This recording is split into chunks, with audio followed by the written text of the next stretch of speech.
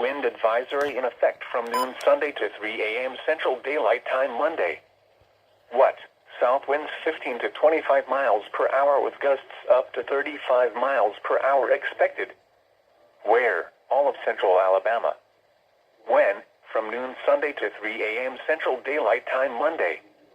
Impacts. Tents and other temporary outdoor structures that are vulnerable to these types of winds could be compromised. Gusty winds could blow around unsecured objects.